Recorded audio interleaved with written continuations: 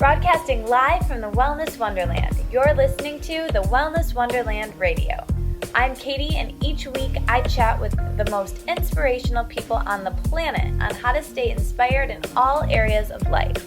As you listen, feel free to tweet at me at Katie Dalebout or use the hashtag Wellness Wonderland. I'd love to hear your aha moments. So grab your headphones and listen on the go, or cuddle up with a notebook as we dive in deep with authentic conversations right here in Wonderland. Welcome back, everyone. I am super excited to have Danielle Boonstra in Wonderland. Danielle is a writer, coach, and a student and a teacher of A Course in Miracles.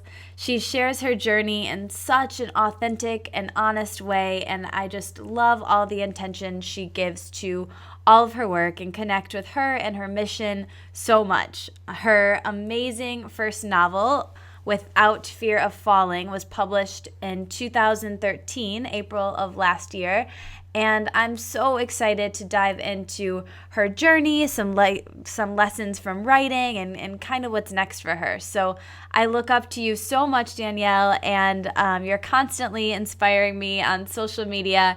So I know you're going to inspire the heck out of all of us today when we chat. So thank you so much for stopping by the Wellness Wonderland. Oh, you're so sweet. Thank you for having me. Of course. Okay, so let's get started by zooming the lens back a bit here and starting with your background. So have you always been on a spiritual path, and what was kind of the catalyst that brought you to A Course in Miracles and where you are now?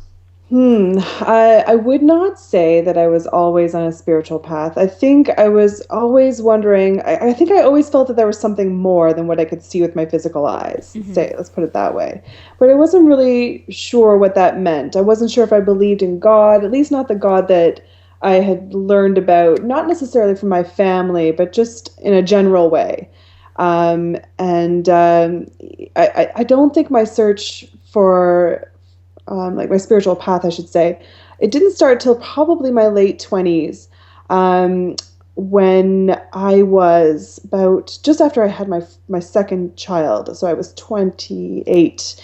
My husband and I were going through a lawsuit, a multi-million-dollar lawsuit that really had us look at. We thought we could lose everything.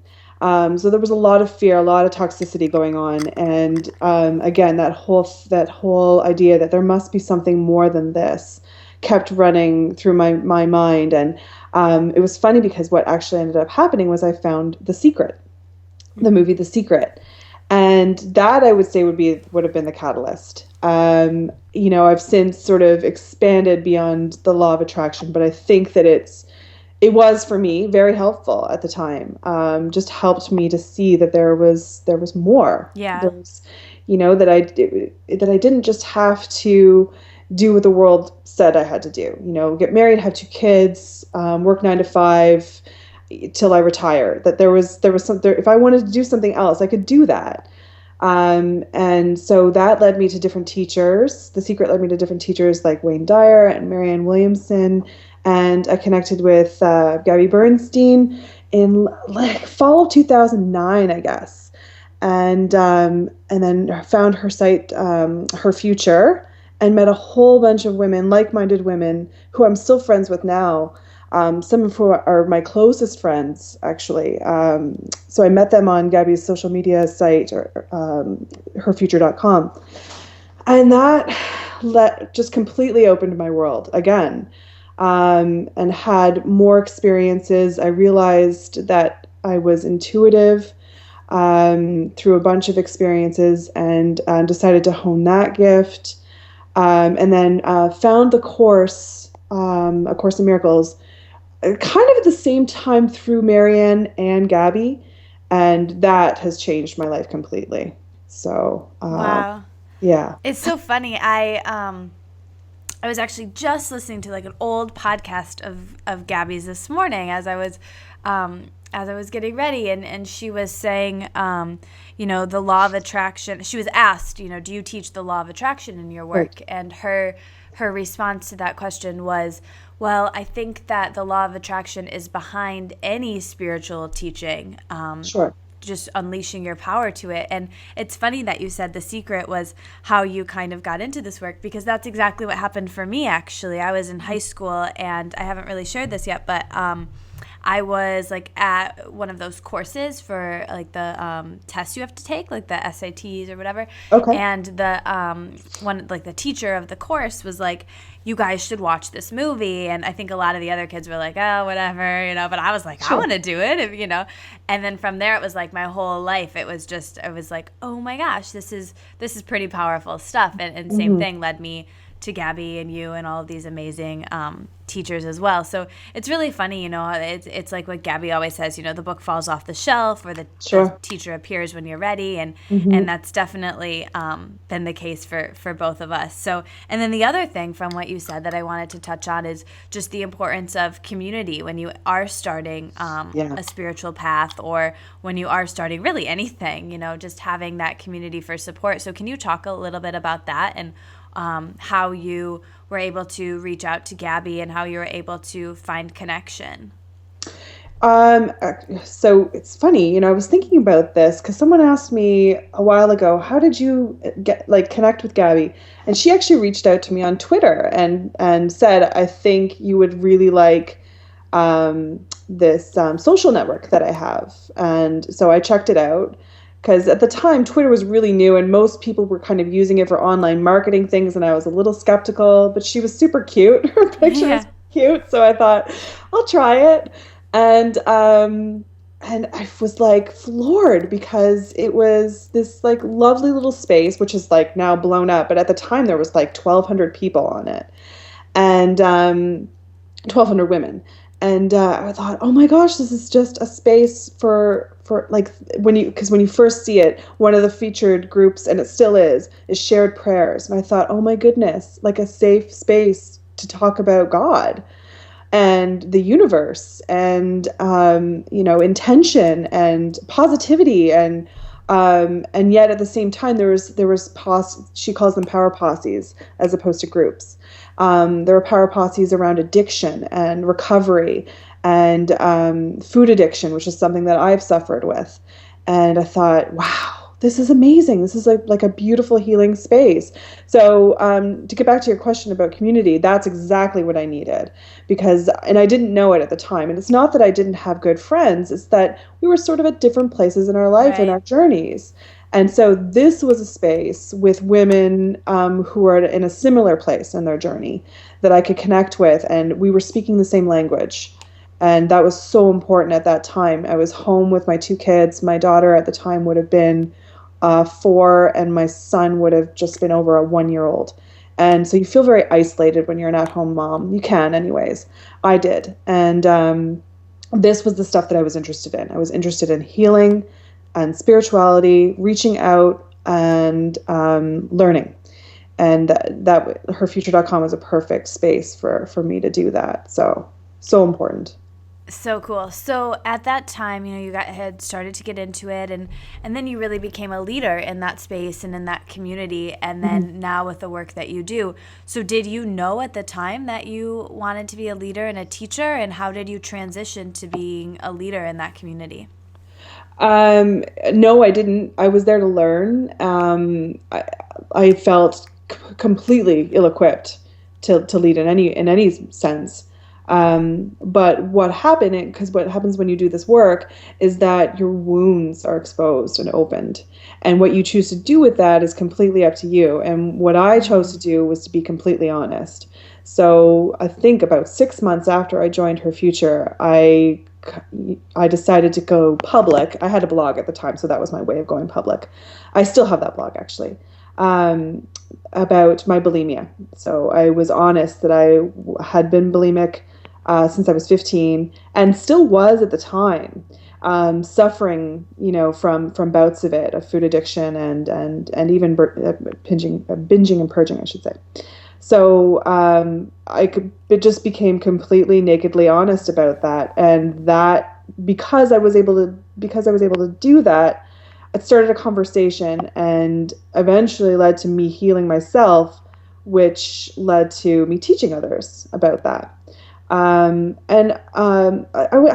know if I would use the term teaching as much as mentoring, because I think when it's a shared pain, that's more what it is. It's not really about teaching, but about like, this is where I've been and this is where I am now, and I can show you how I did it, kind of a thing. So that was really the impetus, was just my willingness to be honest about my own struggles. Wow. I think authenticity is really sometimes, I mean, I can relate to that too. It's like sometimes you put something out there to kind of say, I'm healing this, and just show that you're doing that.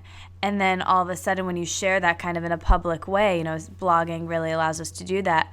All of Mm-hmm. a sudden, even though you weren't even, I know for me, same thing, struggling with eating disorder, exact same thing.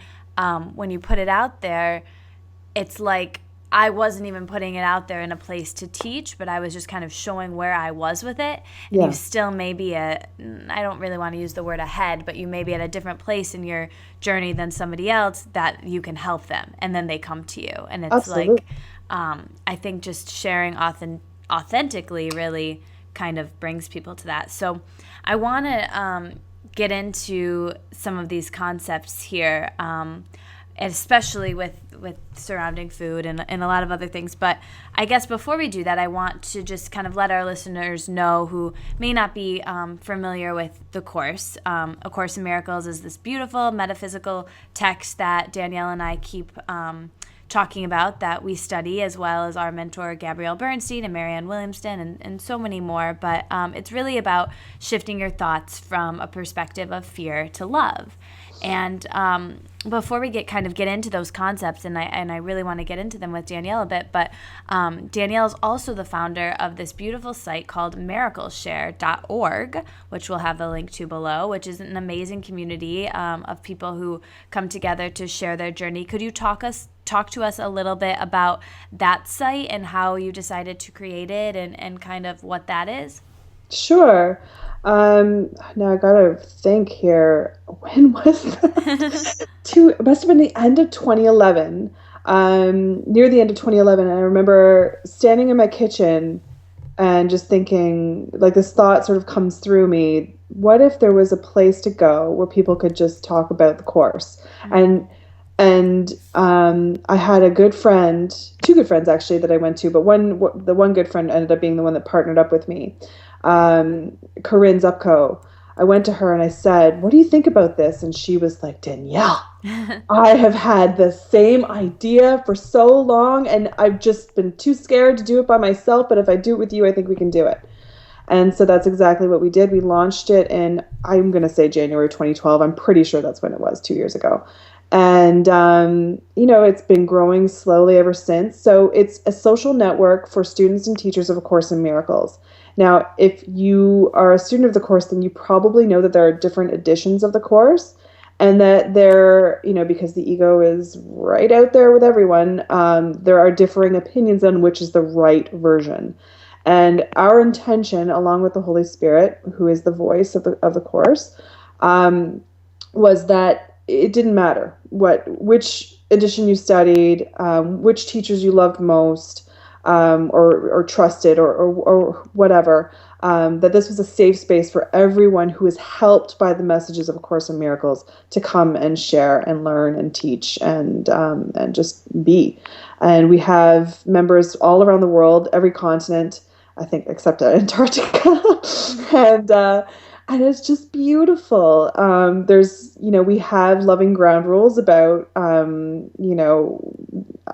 debate, because it's not a forum for debate; it's a forum for sharing. But there definitely are discussions about things, and it's guided by the Holy Spirit. Corinne and I just do really the bare minimum to sort of keep it going, but people find it on their own. We do very little, next to no advertising at all about it, and yet people keep finding it. So it's a wonderful thing to be associated with, and Corinne and I feel very blessed to be associated with it. So Yeah, absolutely. I think giving people that platform to talk about this of just like her future, and now it's becoming, more prevalent. But like you were saying before, you may have great friends and great family, and you probably do, but if this conversation is new to them or not something that they're open to, and then you may not have a place to go and share. And it's like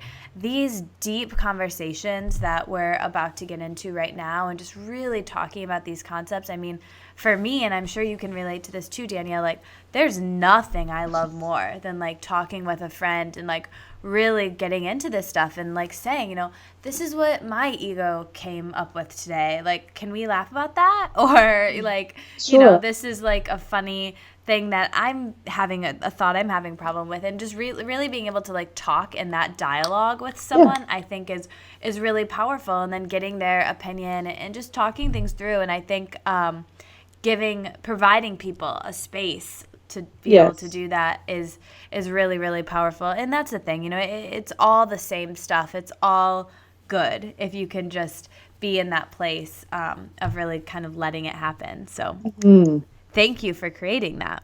Oh. Listening to that call, right? Yeah, thank you.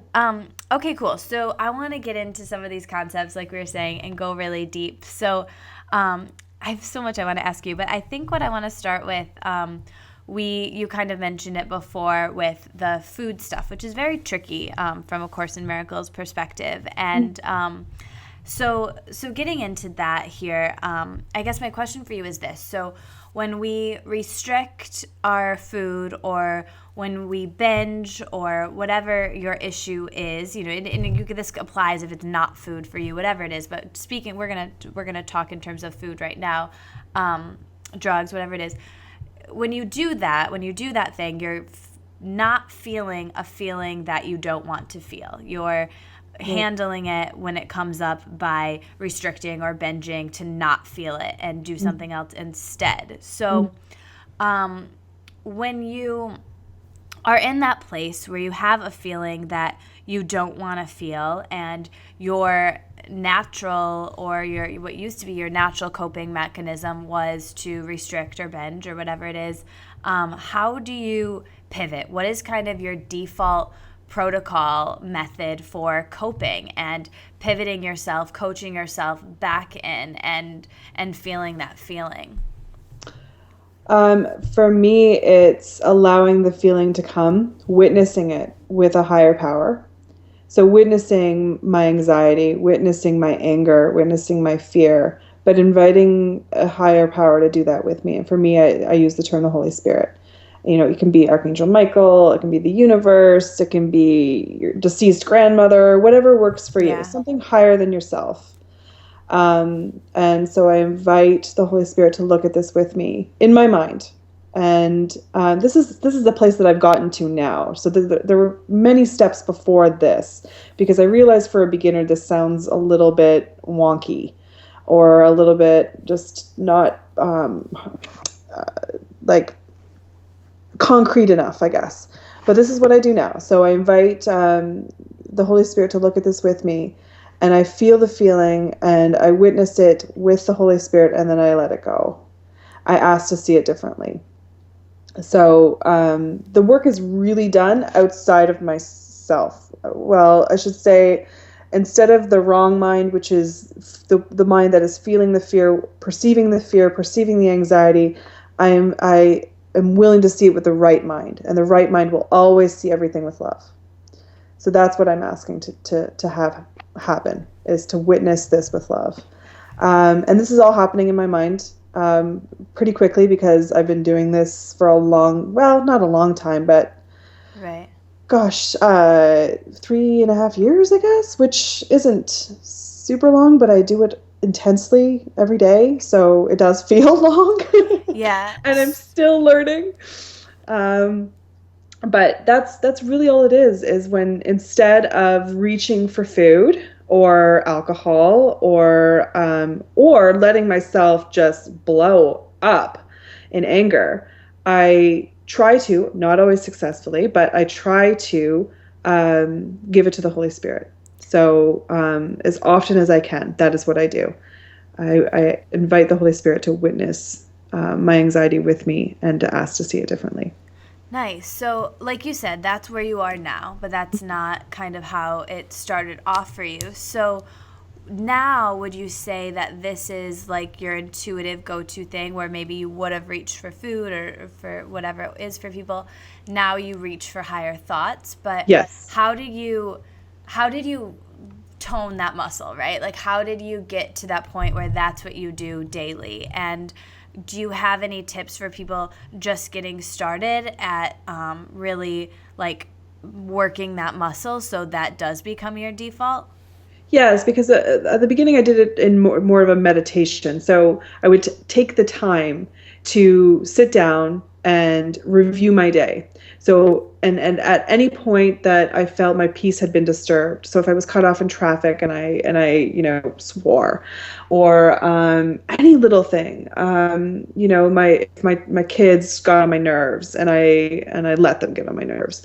If I reached for the food, if I reached for the glass of wine, sitting down in meditation, going over those moments and doing it differently, putting myself back in that moment and instead reaching for my higher power and asking for help in that moment.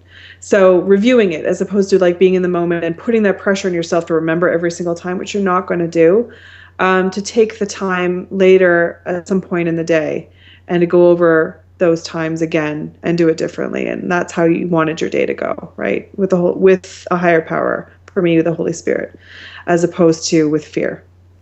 I love that. That's interesting.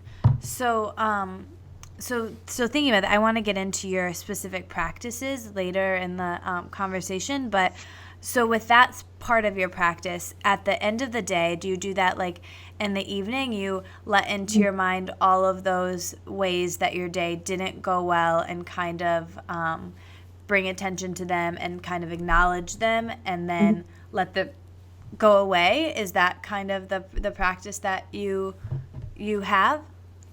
Well, I think recognizing that, I think it's important to enter into any practice like this, recognizing your innocence.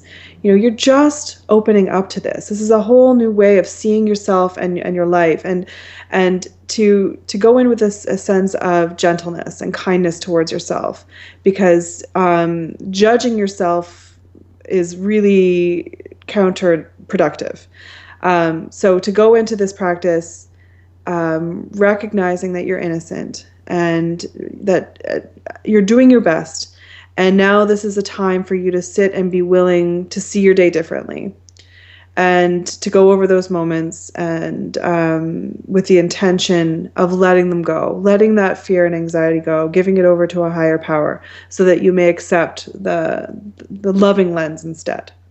Does that make sense? Yeah, it does. So I guess just to clarify, so when you are in those moments, when you are kind of in that meditation at the end of the day, when you are thinking of those things, they're bound to happen.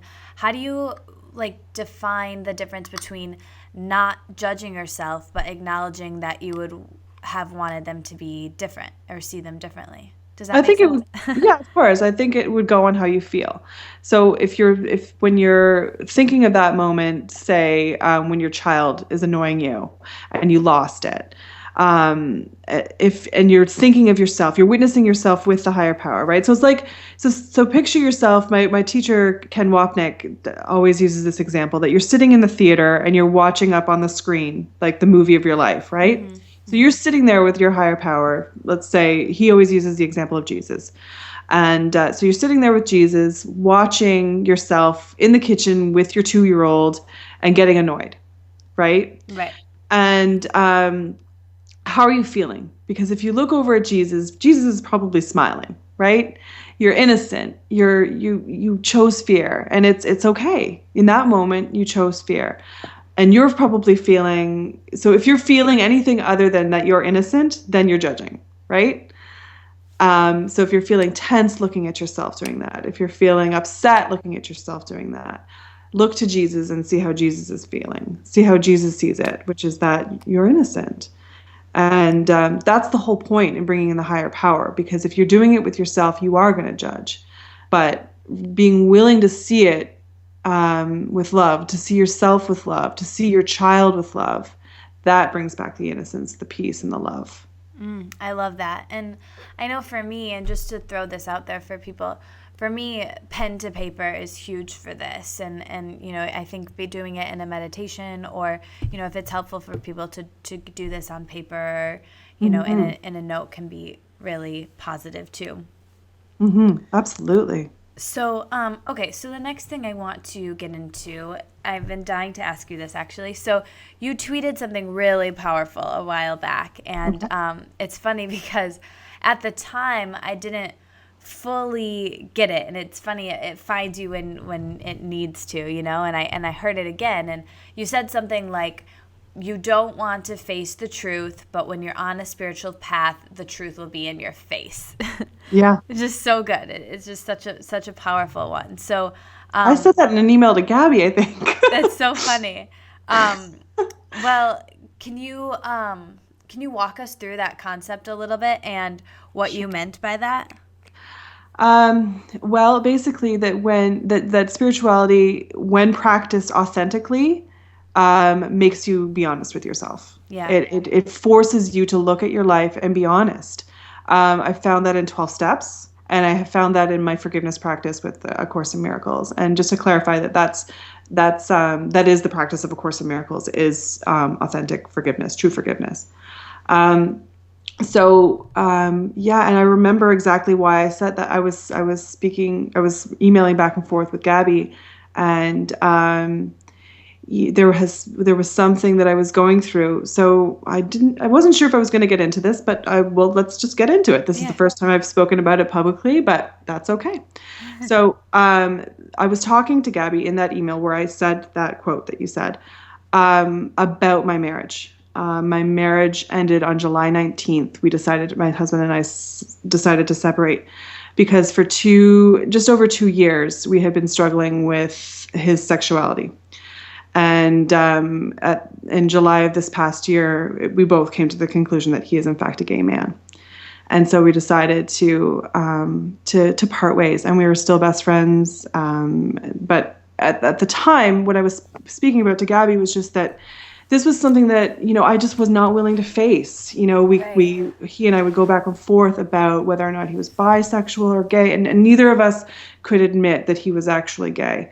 And it was just, what I was saying to her was that I could tell that it was inevitable, that at a certain point it was inevitable that I had to admit that he was gay, and that I had to leave, that we had to leave that marriage, that the form of our relationship had to change. So the content, like the deep love and respect that we share and will always share, will not change.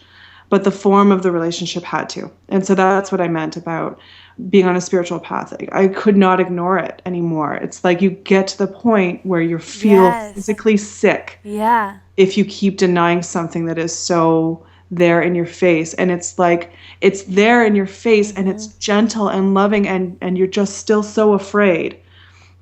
But if you really, if you have the courage to accept it and to step into it, you will be taken care of. Wow.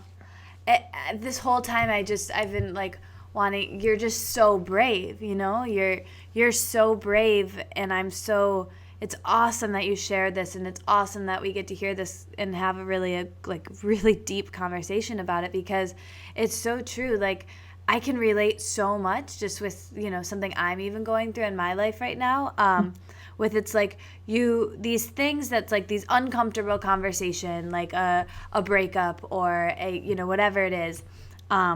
You don't want to do it, because it doesn't feel good, and it's hard, and it's not comfortable, because the comfortable thing for you to do would to be probably to not bring attention to that and just stay in the marriage and how things were going, and just keep it up on that, even keel. But like, you want a life that's better. You want to feel the richness of, heartbreak, and the richness of all of these different levels of life. And I think that that's really powerful. And I think, for me, I've been thinking a lot about that quote and a lot about what you said. And it's like these conversations that you don't want to have. It's so much easier to stay in that comfort, but to getting and letting yourself go into that vulnerability, into that discomfort. Because I think, for you, and I'm sure you can probably agree to this, that like there was probably part of you that knew that it would be better, even though the initial thing might be not great, and having initial conversations and getting used to it, but in the long term and in general, it was going to be a better outcome, and you probably could already feel some of that freedom. Absolutely. So I just think, first of all, I want to like commend you for how brave you are for actually, really listening to that and just saying all of that, but also thinking about that and the discomfort of the truth being in your face now that you are so aware that it's like, sometimes for me, I notice that like, I'm on this path and I am so aware of these feelings that I don't want to feel, and I would used to, cover them up with food or with, TV or with whatever, we do to like numb out as humans to just cope with, life.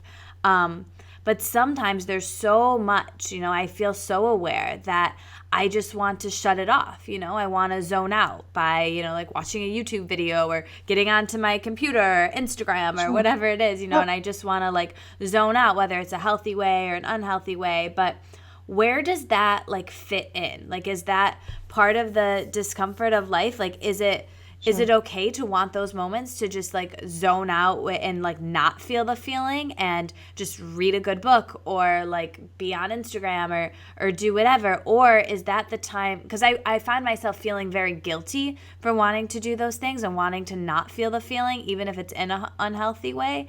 So like, where does that fit in? And is it okay to ever not face the truth that's in your face? Is it okay to ever not feel that feeling? Absolutely, without a doubt, yes. Absolutely. All of it is okay. Wherever you're at in your journey is okay. If you're not ready to forgive someone, it's okay. If you really want to just like stay home from work for a week and numb out and eat Cheetos, it's okay. It's completely okay. And guilt is what will keep you from the spiritual work every single time. The difference is, are you doing it with awareness?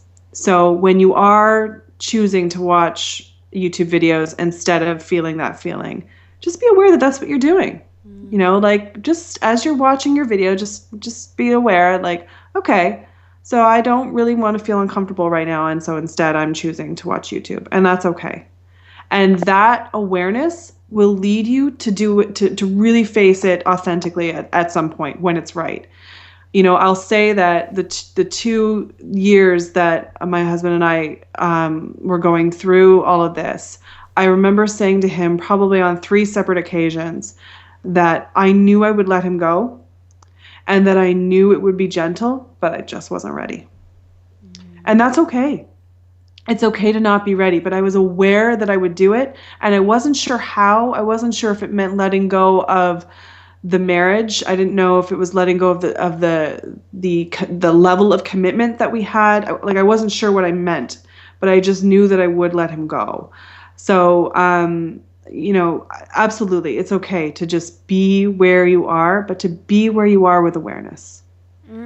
Wow, that's not deny. So powerful. I feel like you just like took me off the hook and like made it okay. And I guess, my next question for you is kind of about handling that guilt that will keep you stuck. So, in what I said before about kind of wishing you didn't know what you know, right? Wishing almost that you didn't have that awareness in the times where you don't want to feel the feeling, and kind of wishing you could shut it off. I know for me, sometimes I feel like I want to just get back to simpler times, like when I was a kid or with my childhood family where I didn't know any of this stuff almost. And it was like, you can just, like, you want to go deeper, and I know I do, but I must just not be ready during those times. Do you have any advice for leaning into it, or is that a time where you should just kind of take yourself off the hook? Yeah, I think anytime you're feeling guilty about not doing the work, you need to sit in that moment, take a deep breath, and give that away. Give that to your higher power. because, like I said, guilt will always keep you from doing the work. It's like the ego's number one trick is guilt. Either guilt in yourself or seeing guilt in others. So just being aware of that. Did that answer your question? Yeah, Sorry. no, it totally did. It Okay. totally did. So the next thing that I wanted to get into with you, which is really funny looking at my notes and my questions, is relationships and Yeah. how relationships are our greatest assignments. Yes. And, in any relationship, this is just so perfect. I didn't know what was going on in your life, but it's so funny that I wrote this question. Every relationship, whether you're in it for however long you're in it, I'm sure you're so grateful for all of them, and as am I for all of the experiences that they've given you. So having courage to, when you're in a relationship and knowing it's an assignment and being grateful for it, but inherently knowing, it's not serving you anymore, and knowing that maybe there's nothing necessarily visibly wrong, or you have a choice. You could stay in it, or you can intuitively feel it's not serving you anymore and you're ready to move on. What is the best way to when you're in that place of moving on and taking those steps to keep yourself safe and to also keep the other person safe and ending relationships? So are you asking when you've decided already to end the relationship, or when Yeah. you, okay. So when you've decided to But end it's going to be a painful experience and you almost are wanting to lean out of it and not do it at all. not end the relationship. You know that you want to, but it's going to be uncomfortable, and it's going to be that kind of thing, that feeling you don't want to feel, almost thing. Surrender. Oh, just give it away. I cannot tell you the amount of times that I got down on my knees, and I know that this all sounds really dramatic, but you got to go there because it's painful, and to pretend that it's otherwise is again counterproductive. It's not going to help you. So really, it is absolutely uncomfortable. Give it away. Give it away, because you're not going through this alone. There is a higher power that guides you, that's with you through the whole thing, and it can be gentle. There will be times when you just want to cry your eyes out, times that you will feel completely at peace and know that you did the exact right thing, but all you can do is keep surrendering. To think that you have to go through this by yourself is what keeps you avoiding it. And knowing that you don't have to is what will allow you to give it away and finally feel at peace. Does that make sense? Yeah, it makes sense, and it's so beautiful. I love the way that you said that.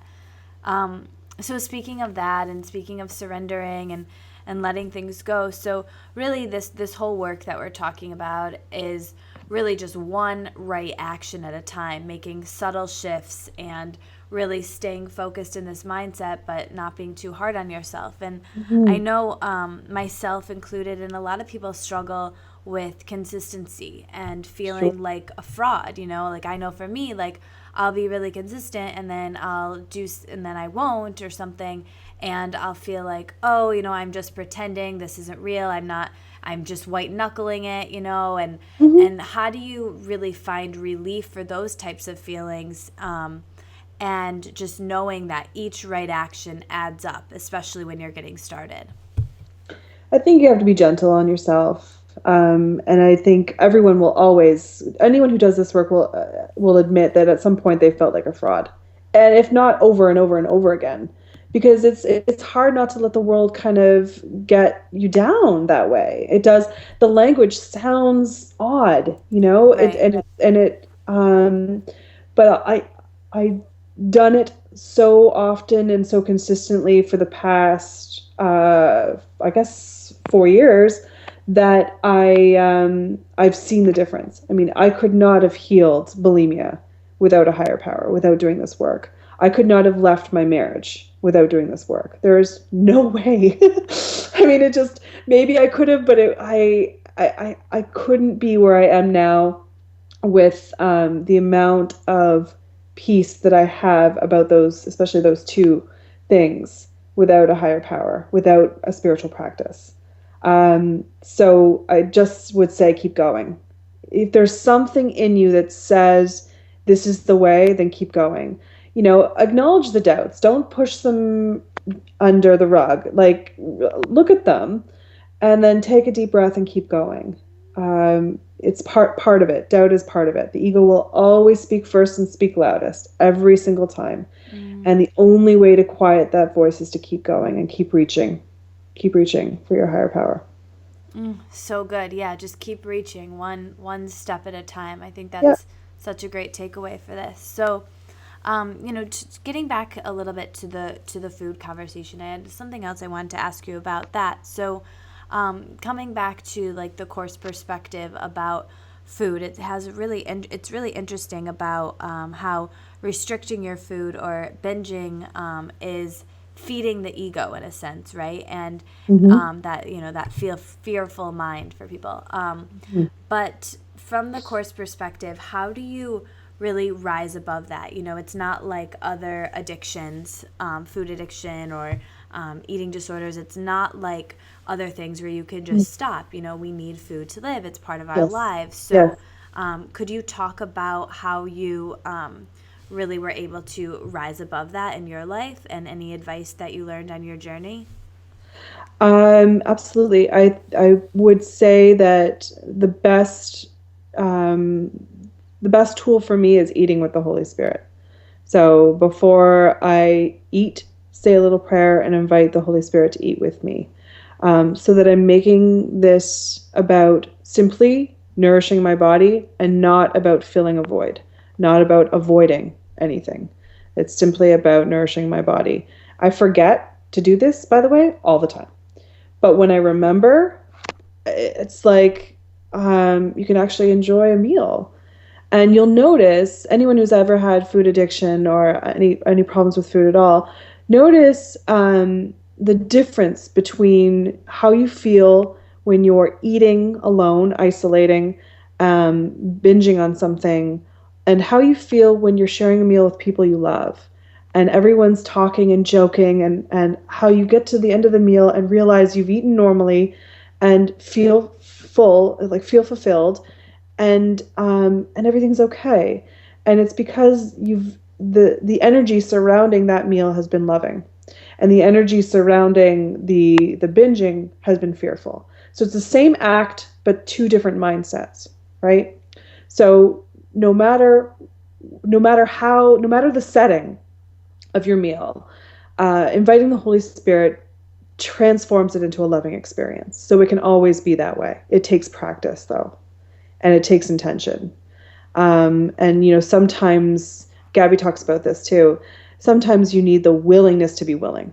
So even though you say you're willing to eat, to have this meal with be a loving experience, you know that you're kind of fudging it. So just ask for the willingness to be willing to have this meal be a loving experience.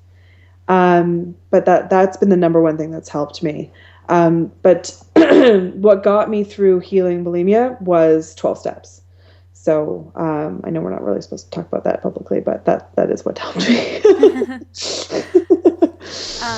No, that's amazing. I think that advice was really grounded and really great. So what about, you said you forget to do that sometimes? I forget all the time. I think that it's important to acknowledge that, because if I pretend that I do this every single time, I don't think that that's helpful, because anytime that anyone else who's listening forgets, they're going to feel guilty. I forget all the time. Yeah. And now I've done it enough that, I don't suffer the way that I did. I do not suffer the way that I did. And I can see it coming. If, I'm feeling anxious and I find myself walking to the fridge or walking to the cupboard, I have an awareness now. I know what I'm doing. And 9 times out of 10, I can stop myself. In fact, I haven't binged or purged in 2.5 years, since June 13th, 2011. So Amazing. That was my rebirth date. So, it takes practice, but be gentle. You will forget. I love what you said there about really being honest with us and right here, just saying that is something that you still do struggle with, and you still do have to check back in, but now at least you have the awareness. And that's just like that advice you gave me, when for me, if it's not food, it's something else. It's like, if you don't want to feel a feeling, like, the food is one way of coping with it, but you can also do it, and it's also not the worst. You know what I mean? There's lots of other things that you can do, some healthy, some not healthy. You can take a bath as a way to not, maybe you're sitting there actually feeling it, or maybe you want to, zone out and call a friend, or watch a video or whatever. But just having the awareness of, I'm avoiding, or I'm not, or just being there and being with it, I think that's really powerful and really, really beautiful work right there. And then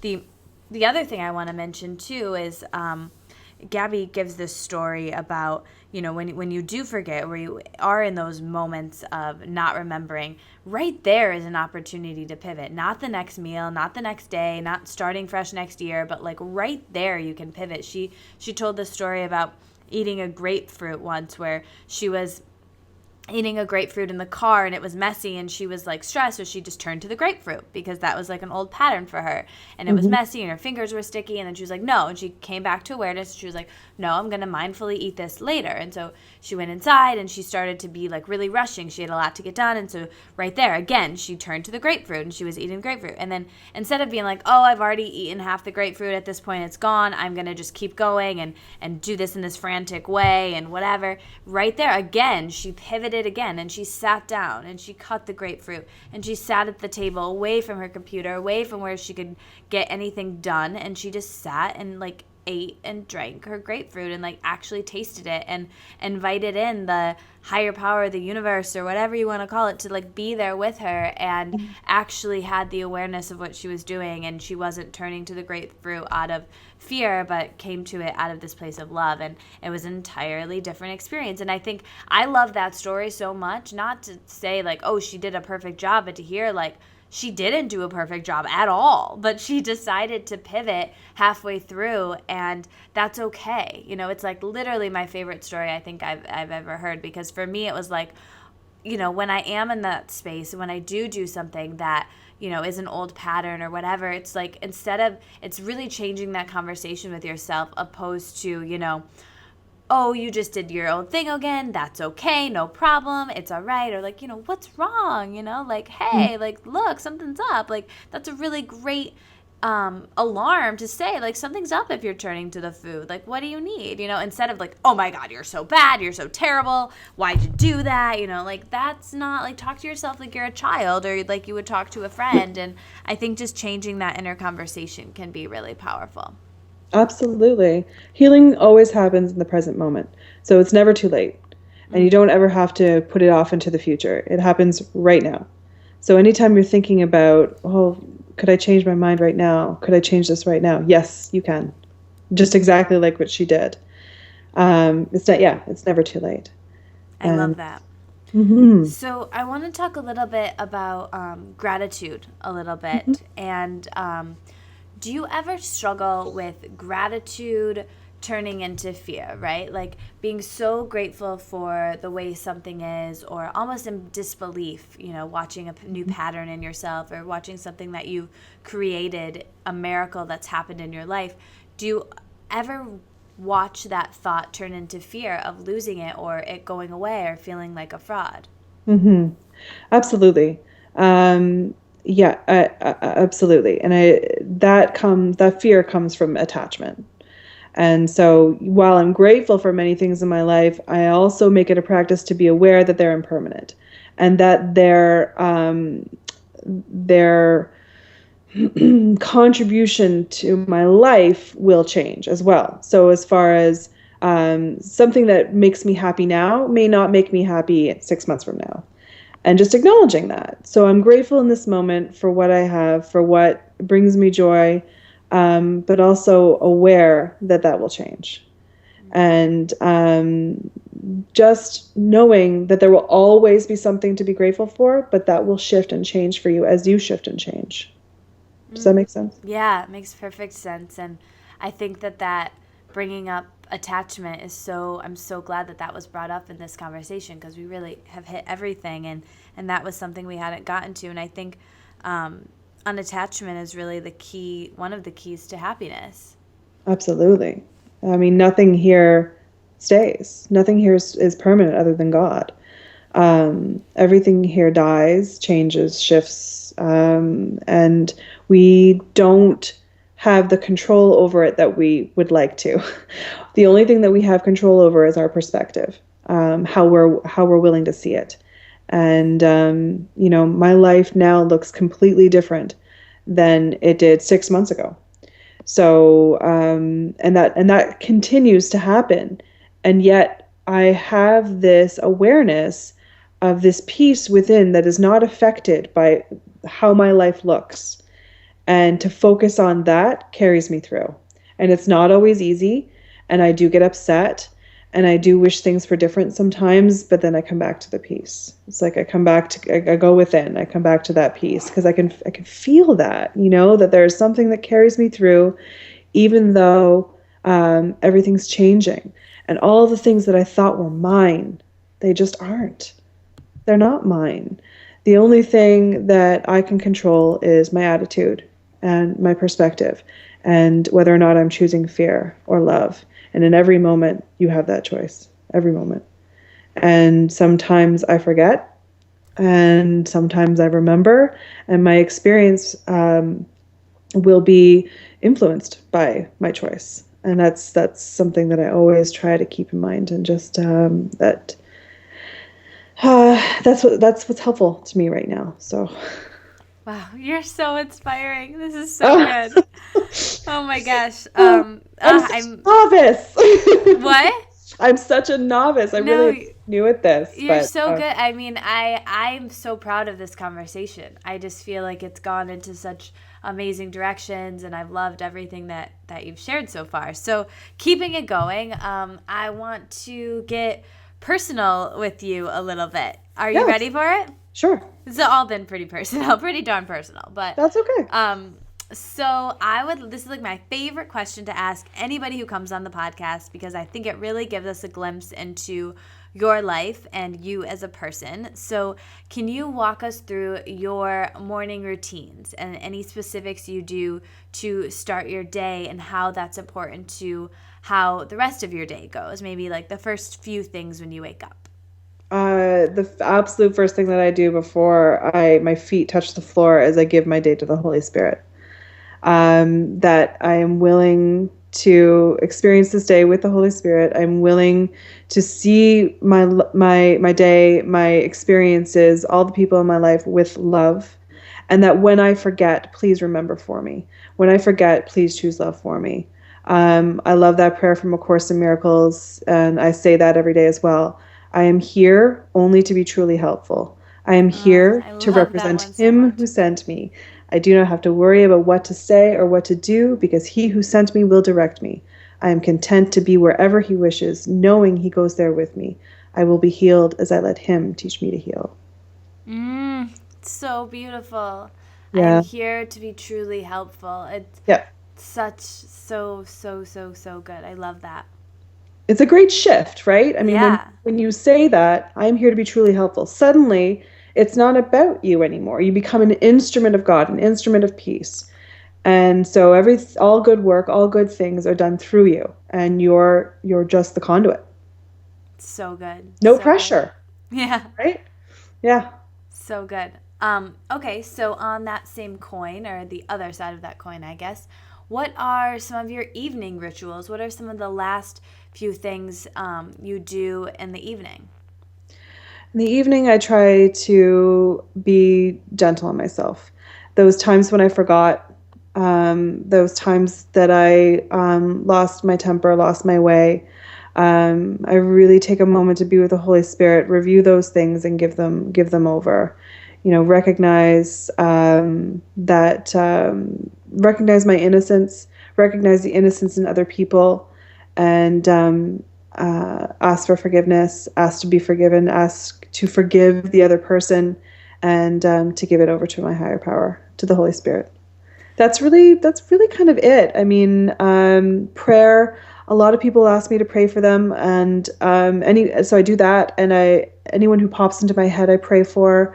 I don't have intentions necessarily when I sit down to pray. Whoever sort of floats through my mind, that's who I end up praying for, or anyone who's asked for prayer. And that's pretty much it for the evening. I love that. It's really funny. It's like this found me, I kind of think, when I needed it to, because I was doing this practice actually, and I just like feel like I want to share this with you, where in the evening I would do a gratitude list, and then I would also focus on 3 things from that day that went well, 3 things that went well, 3 whatever.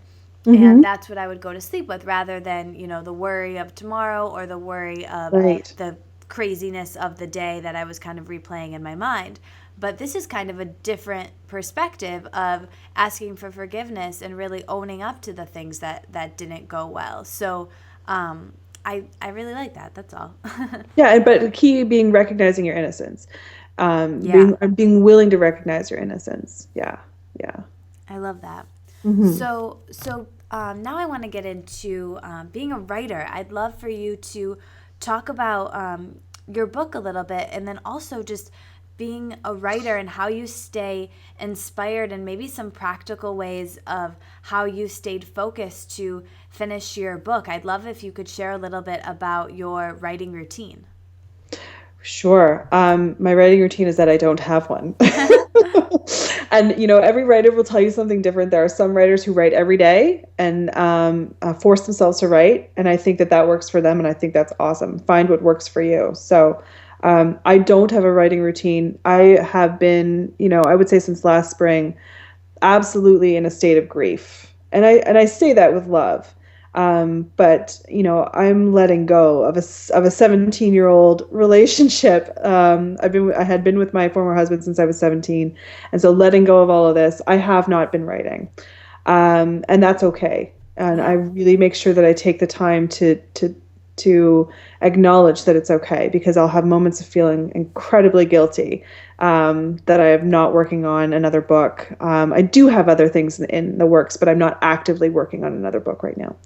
Now, the first book, that came very quickly. It was like I had an idea, and a friend of mine told me about this contest called NaNoWriMo, National Novel Writing Month. It happens every November, and you write 50,000 words in 30 days. And so I had an idea for a book, and I wrote my 50,000 words in 30 days, and I loved what I had written, so I just kept at it. And I was obsessed, absolutely driven, and there was no stopping me, and I knew I was going to get it published. So, 9 months later, I had a publishing contract, and it was published in this past April. So I think... Congratulations. Thank you. I think for me, that all just had to happen, and it had to happen through me, and I had the time and the willingness, and when I say I had the time, that's kind of funny, because I didn't really have the time, but time expands. When something has to come through you, time will expand, and it did. And I'm not a very diligent person. I write when I'm inspired, and but there are times that I know that I'm also aware of when I'm avoiding, because a lot of feeling comes up when I write. And so if I'm avoiding writing, then I'm probably avoiding feeling. So I, like we talked about before, I try to be aware of that. But NaNoWriMo is a fantastic way for people to get started. And there's one that comes up in April, I think, as well. I think that might be for playwriting. But it's just really fun, because there's so many people doing it at the same time, and that kind of keeps you motivated, and you have no idea what you can do. You really don't know what you can do until you what you're capable of, until you try something like that. So I would recommend it. So good. I love that. So what are you most excited about in your life right now, and what is something that you're maybe challenging yourself with, or you're afraid of but you're doing anyways? Oh, this is a good question, because this is something that's been coming up for me in the past couple of weeks. Like I said, I had been with my former husband since I was 17, and I depended on him for so many things. And we had been married for 10 years. And And I'm looking forward to doing those things that he used to do on my own. I'm looking forward to freedom and independence and doing that. Like I said, we're still very good friends. So he does a lot of those things still. And we're slowly letting go of one another in that area, the practical things. Like he always handled the money. I want to do that. I work part-time right now, and I want to expand and work more, and I would like to make more money, and just do more for myself and for my kids, and acknowledge that I don't need someone else to do those things for me.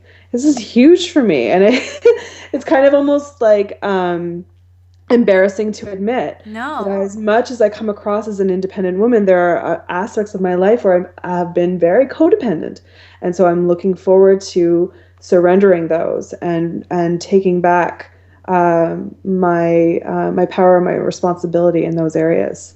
That's what I'm excited about. So powerful and so brave, and I know so many people can relate. So thank you for sharing that. Oh, no worries. So let's wrap with some quick fire questions. Are you ready for them? I guess. Okay, so just say like the first thing that comes to your mind. Some of them are bigger, some of them are like really easy. Okay. So favorite color? Blue. Favorite day of the week? Monday. Favorite hour of the day? Oh, noon. What's one non-negotiable of your day? Ooh, forgiveness. What is your greatest tool for staying on your spiritual path? Oh, gentleness. What is one thing that today you wish you would have known about 5 years ago? That everyone suffers. Everyone's in pain. Nice. What is the biggest lesson you've learned recently? That I am loved. Good one. What is your favorite vegetable? Right now, kale. So good. Favorite fruit? Apples. Let me give you a little scenario. If you were hungry and you walked into your kitchen and you wanted to make something really good to eat, what would be your go-to thing? Right now, probably a frittata with lots of vegetables. Yum. What is your favorite way to relax? Deep breathing and reading. What does your ideal day look like? The sun is out. I spend it with a lot of people that I love. Sharing, helping, learning. Being outside. Nice. Where and when do you hear your ing voice or the Holy Spirit or whatever? Where do you hear your intuition voice the loudest? When I'm willing, and it doesn't matter where I am, but just the willingness. How do you remember to listen to it? How do I remember to listen to it? Because I'm aware I'm not at peace. When I'm feeling not at peace, I know I have to choose again. Nice. If you could have any superhero power for a day, which one would you choose to have? Strength, I guess. Physical strength. Why not? Yeah, why not? Nice. What is your favorite vacation? Camping or going to my family cottage.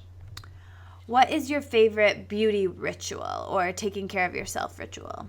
Drinking lots of water. Nice. What is your favorite meal you've had recently? Ooh, that's good. This spinach salad with roasted beets and goat cheese and walnuts. I love it. Yum. Favorite movie? Ooh, Scent of a Woman. Favorite book? Pride and Prejudice. Favorite song? It's a tie between Gimme Shelter by the Rolling Stones and Brown Eyed Girl by Van Morrison. Nice. What is the best advice you've ever received? Don't go to bed angry. It's good in special romantic relationships. Nice. And then now, this is the last question I always ask. And as you know, the name of this podcast and my blog is The Wellness Wonderland. So Mm-hmm. when I offer that term to you, the Wellness Wonderland, what does that mean to you to live in a Wellness Wonderland? I think it just means to live your purpose, to be the best you that you can be, but while being gentle and kind, and knowing that the present doesn't define you, that there's always more. Such an amazing answer. Danielle, thank you so much for being here. Thank you. And tell everyone where they can find you and a little bit about where they can get your new book. Um, you can find me at my website, danielleboonstra.com. I'm also on Facebook and Twitter and Pinterest. I love social media, Google Plus, all of it. And my book is available on Amazon and in Canada, chapters.ca, and Barnes and Noble. It's available online. Yay. Okay, awesome. Well, we will have the links to all of that below. Thank you so much for being here, Danielle, and thank you to everyone for listening. Bye.